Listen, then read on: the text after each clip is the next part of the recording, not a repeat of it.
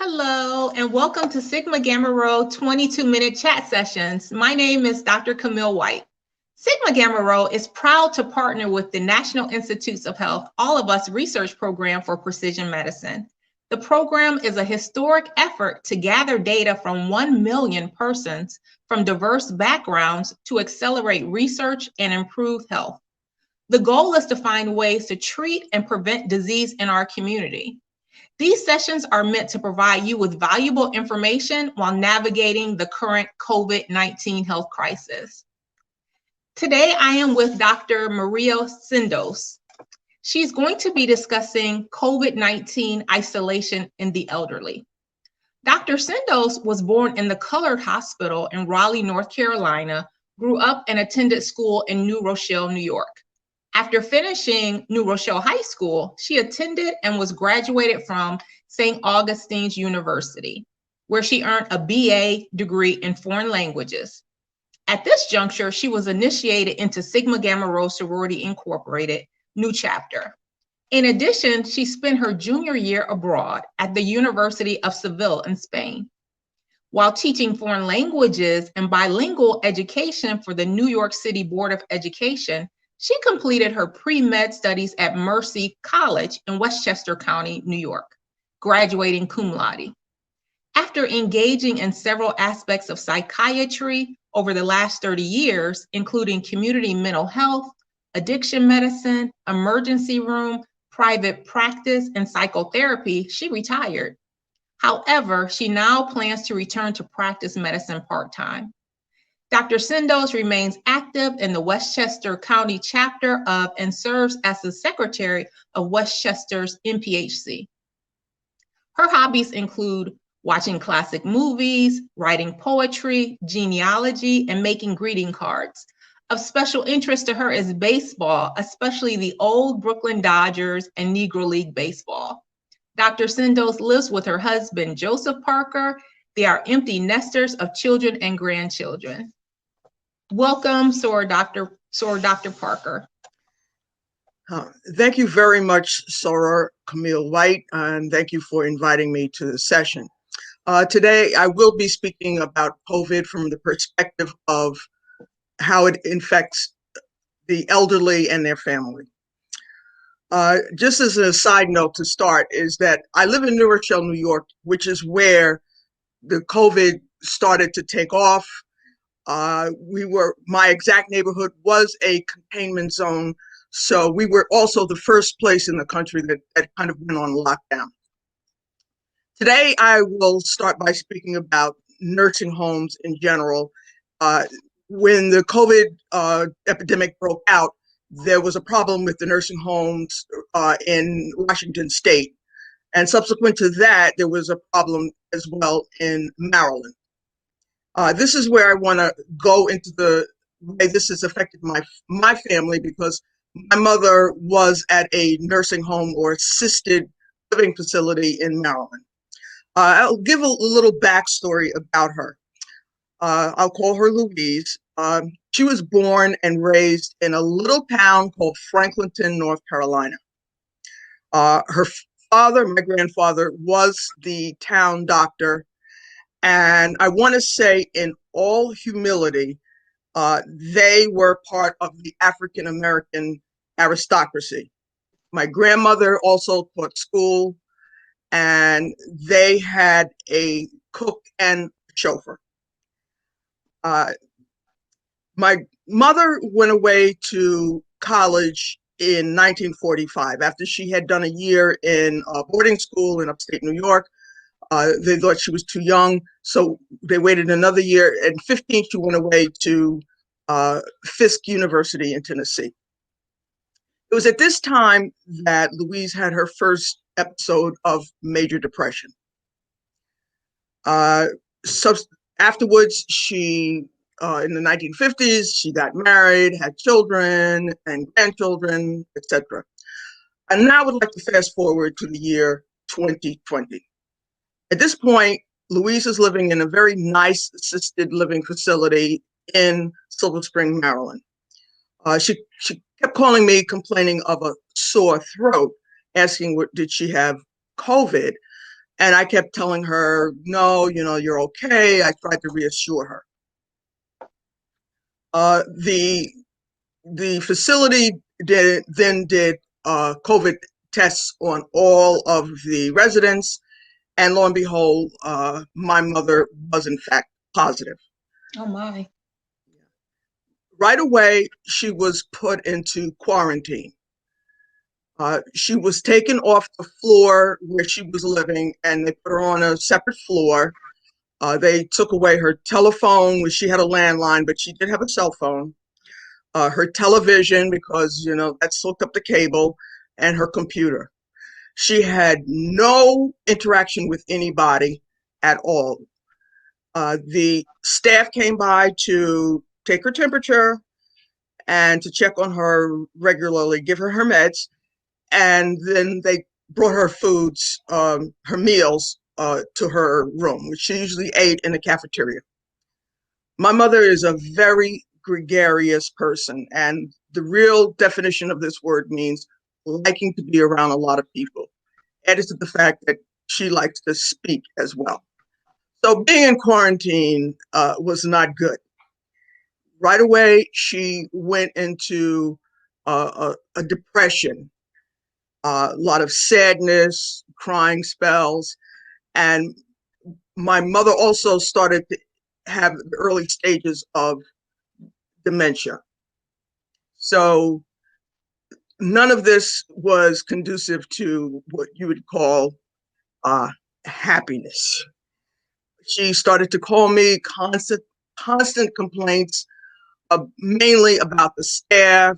She didn't like the nursing staff, and quote unquote, they were evil Black women. Nothing they could do was right. She would call my sister or me sad, crying. Finally, after 2 weeks and testing negative twice, they took her off of quarantine. However, by this point, it was too late. Her depression had set in.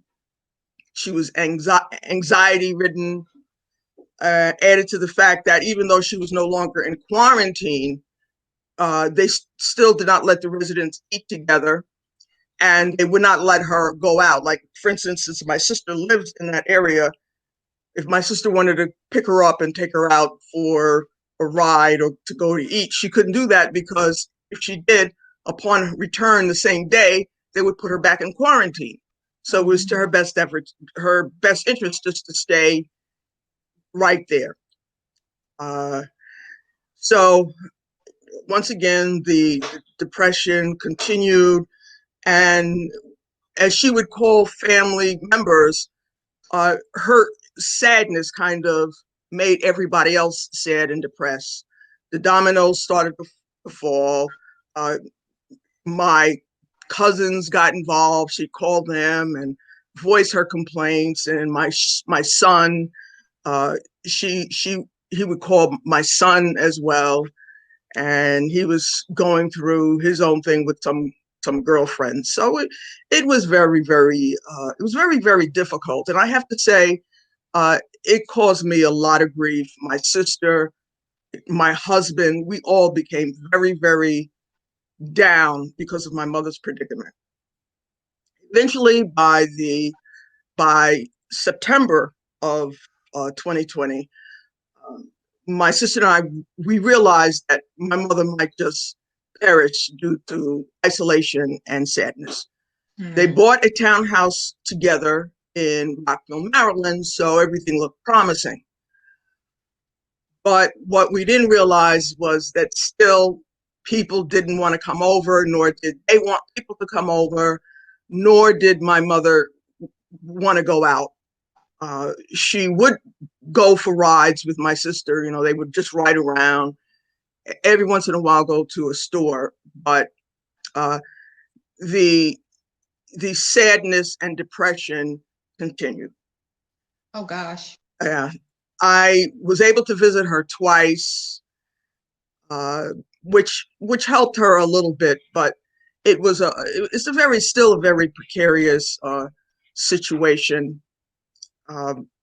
Gosh. Yeah. So you mentioned that she had mental illness previously. Do you think that all of this caused a additional psychotic break? Well, I wouldn't say that she was psychotic, because psychotic means you're out of touch with reality. Mm-hmm. But it did cause, I think it worsened her dementia, and it's hard to say how it was caused, because there's something called pseudo dementia, which is depression that just gets out of hand, which causes problems with memory. So you also mentioned that she was diagnosed with depression like years and years ago. The medications that she took back then, do you think that they could have helped stabilize her with her current COVID-19 isolation and mental distress? Well, actually, back in the 1940s, there really wasn't much of a choice for medication for depression. As a result, she just stayed out of college for a year. But now I think that had the nursing home had something, maybe activities or group activities with partitions, with masks, and the 6 feet distancing, it would have helped a lot. And the nursing home did not do anything like that. Right. You mentioned in your mom's background that they were aristocrats, well off. So I'm wondering, do you think that there could have possibly been a stigma with seeking therapy or treatment for mental health? And what do you think about that in today's times for Black people? Well, actually, at that time, seeking help for mental illness was a taboo for everybody across the board. And especially Black people, it was like, pray the devil away and go to church and everything will be fine. Even though my grandfather was kind of like on the forefront of anything in medicine, including mental illness. But I think that if we had the kind of thing with the group therapy in this day and age, it would have helped. Yeah. Yeah, exactly. I'm so sorry to hear about your mom, and I hope things Yeah. improve with her. Yeah, things are coming along. She's into politics, and she keeps up with the news. So, something like that is helpful. Great. So we are doing this program with the NIH, All of Us Research Program for Precision Medicine. How does your story apply to Black healthcare and clinical research? It's very interesting that you asked me that, because I do know your program is working with the human genome. And with the All of Us program, I have thought about the fact that when you're doing research for treatment, especially for African Americans, is to keep in mind that we are not a monolithic group, that because of miscegenation and racial mixing, we have to look above and beyond as a one size fits all treatment for African American. So I think that that's important in order to get people to get mental health treatment, and as well as other facets of health in the African American community. Right. So, you've had vast experience in mental health and working with Black people. What would you say to encourage Black people to go out and seek treatment when they need it, especially during COVID-19? What I like to say to a lot of people is that just as you would treat diabetes or high blood pressure because they're medical illnesses, you have to think of depression, bipolar, anxiety, or any other illnesses, mental illnesses, just as you would treat your medical illnesses, and not to think about of any stigma, because this is still part of your body. Just as you would treat your body, you want to treat your soul. Right. So I do know that sometimes with mental illness, you are you're prescribed various medications. What would you say to the medication regimen that is it something that you can prescribe one medication and then that's enough to take you through all your ups and downs and in life, or does it have to constantly be monitored and altered? Yeah, well, that's the thing about treating, especially depression. I'll speak about depression, whether it's related to COVID or not, or any other medical illness, is that it's kind of complicated treating depression. It's not like, oh, I have a headache, I'll take an aspirin, I won't take it again until I have another headache. With treating depression medication, you have to take it every day. And unfortunately, it may take as long as a month before it even starts to work. And that can cause an impasse and frustration for the patient. However, you try to get them to recognize the importance of the medication and why they need to take it, and how a sound mental capacity will make your life easier all around. Yeah, thank you so much. Thank you. I hope your mom gets better. You shared some valuable information, especially as it applies to African Americans and seeking support for mental health.